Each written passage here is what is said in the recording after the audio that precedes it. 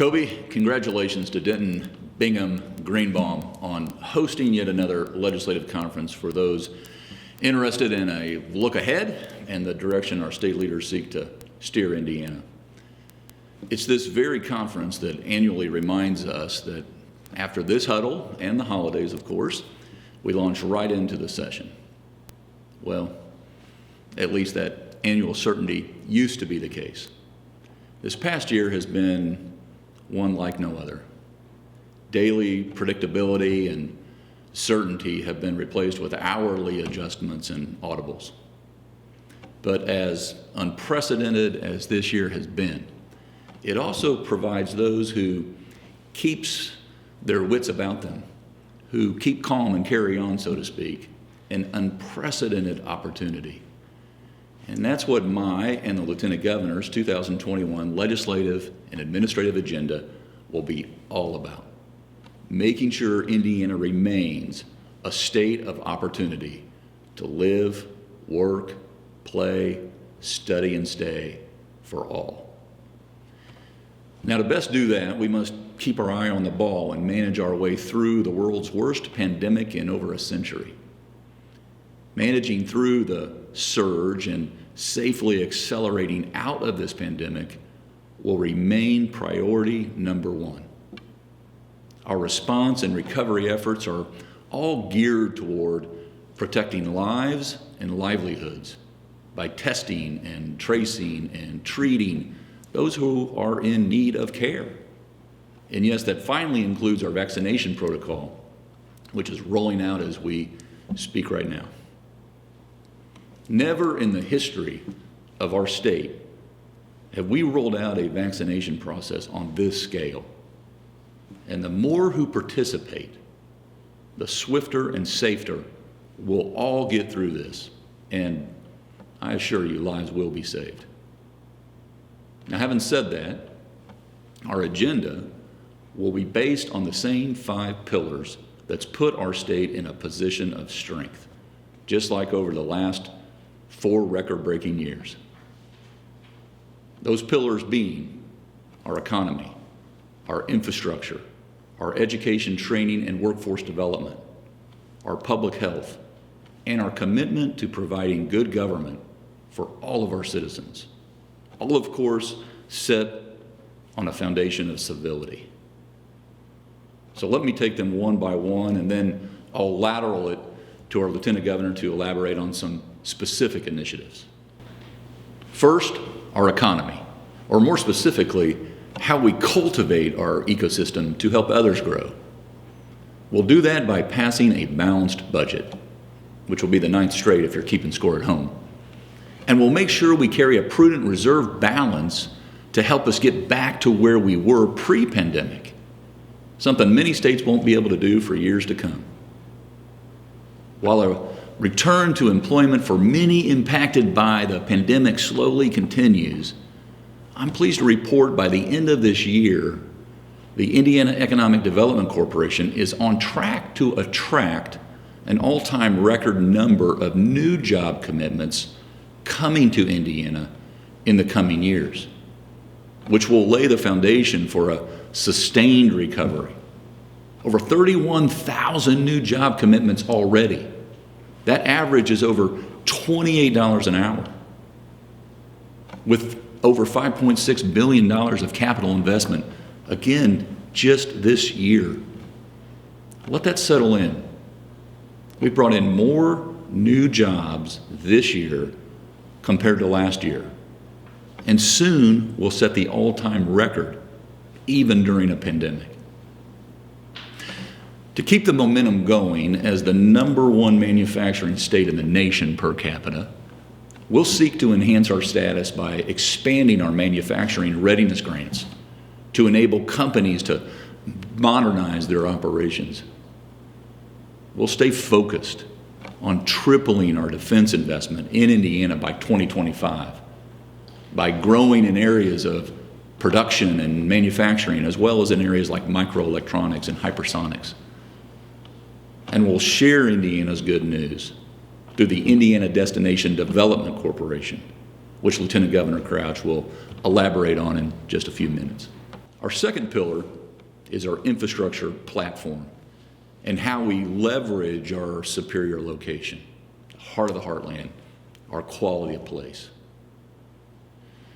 In today's uber competitive climate, the states that provide the safest, most secure, and speediest modes of mobility and connection have a huge advantage to people and the businesses they represent. We seek to not only be known as the crossroads of America, but also as the cross cyberspace of America. And the Lieutenant Governor will also talk about how we're going to take our nation-leading broadband internet program to the next level and reach more unserved and underserved Hoosiers with higher internet speeds. We'll also make sure we're living up to CNBC's #1 state infrastructure ranking, as in the best state in the nation, by maintaining what we got, finishing what we started, and building the new road projects we need in all 92 counties, like completing I-69's Section 6 before I leave office, and finishing the process to obtain a record of decision for a new Evansville I-69 bridge, and making progress on a Indy to South Bend cruise control US 31 and major corridor improvements on US 30. We're full speed ahead on building out 2 of America's biggest public transit rail projects. We'll be well over $1 billion invested up in Northwest Indiana on the Westlake Corridor expansion and double tracking the South Shoreline rail projects. In addition to rails, we're also looking to make good on being one of the most trail-friendly states in the nation. We've got the Tenderloin Trail, the Glass Trail, the Bourbon Trail, the Golf Trail. We've got some of the best hiking, biking, and horseback riding trails at our state parks. And we'll look to restart our $90 million state investment in community trails to move us toward an even more interconnected system of trails throughout all of Indiana. And as you're blazing your own personal trail of preference, you just might see some of the 1 million new trees we've committed to planting at our parks or near our parks over the next 5 years. And lastly, speaking of all 92 counties, Lieutenant Governor Crouch will share another exciting initiative she'll be heading up to inventory our housing needs in our urban, rural, and suburban neighborhoods. Our third pillar is all about education, training, and workforce development, how we prepare, recruit, and retain talent in Indiana.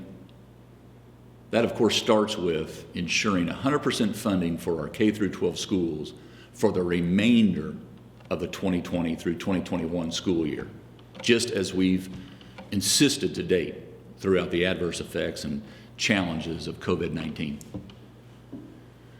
We'll also seek to increase K-12 funding in the next biennial budget in an amount to be determined after analyzing the revenue forecast that was just released yesterday.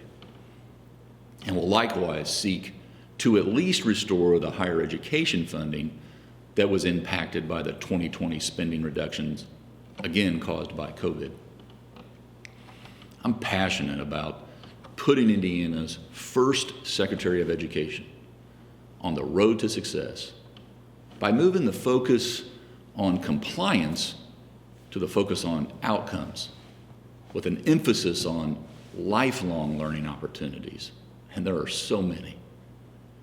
After all, it's a fact. The more you learn, the more you earn.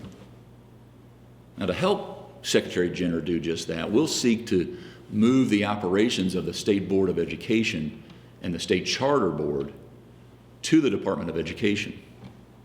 And we'll use the legislation enacted last year to help schools obtain waivers for unfunded mandates, to analyze how it might be applied to all school corporations. Dr. Jenner will be evaluating ways to expand early learning, and ways to improve on the accountability and transparency fronts. We'll examine virtual learning, especially with all of the adjustments that COVID has forced. We'll all be looking for ways to champion the education profession by attracting top teacher talent and building capacity, which will include designing a minority teacher recruitment plan and reviewing for action all recommendations included in the Next Level Teacher Compensation Commission report. This includes publishing the Teacher Compensation Dashboard, which, by the way, goes live today. Understanding life as a pathway. We'll be working to connect every Indiana higher education program or major to a work experience and incentivize more of those experiences to be with Hoosier companies to increase the potential for future employment. We'll work to increase minority participation in our workforce ready and employer grant programs, both of them. Since 2017, we've seen 40,583 Hoosiers, over 40,000 in our workforce ready grant program, with almost 20,000, 19,916 completions, with a median wage gain of $6,800 annually for credit-bearing students. And since 2017, when we started these programs, we've seen 26,172 individuals trained at 1,850 participating employers around the state to take part in our employer training grant program. That one with an average wage gain of over $5,900 annually. These programs are going a long way to helping us as a state reach our goal of at least 60% of Hoosiers with a quality credential by 2025. Just FYI, we're currently at 48.5% versus the national average of 51.3%. Keep in mind, in 2008, we were at 33%. So we've made some progress with more to go. In addition to preparing and retaining our workforce of the future, the Lieutenant Governor will talk about some cool ways we're out to recruit veterans and service members who are concluding their military service to enroll in Indiana training opportunities to become public safety officers and first responders throughout our state. Our fourth pillar revolves around Hoosier health. Just like the more you learn, the more you earn, we also know health is wealth, no matter who you are or where you are in the world. Everybody includes women in the workforce. That's why we'll be back working to pass a workforce pregnancy accommodations bill. We'll be working on long-term health care reform, moving to a system that focuses on outcomes and quality for Medicaid-eligible elderly citizens. And we'll initiate a comprehensive review of our local health departments and state delivery of public health services based on all we've learned together over this last year. And finally, our fifth pillar to supporting a strong Indiana is providing good government and maintaining the public trust. Responding to a global pandemic has caused us to rethink how we've done business during a public health emergency. And just as importantly, how we do business post-pandemic. So we'll look to expand telemedicine services, make virtual meeting options permanent, and provide businesses and schools COVID liability protections. We'll seek to ease restrictions to obtain a driver's license reinstatement and remove failure to appear as a reason for license suspension. We'll be getting our state police officers outfitted with body cameras, our diversity data dashboard up and running, as well as completing the outside review of our state's law enforcement academy and agencies. And lastly, I'm excited to welcome aboard Indiana's first ever cabinet level Chief Equity, Inclusion, and Opportunity Officer to improve diversity outcomes across state government.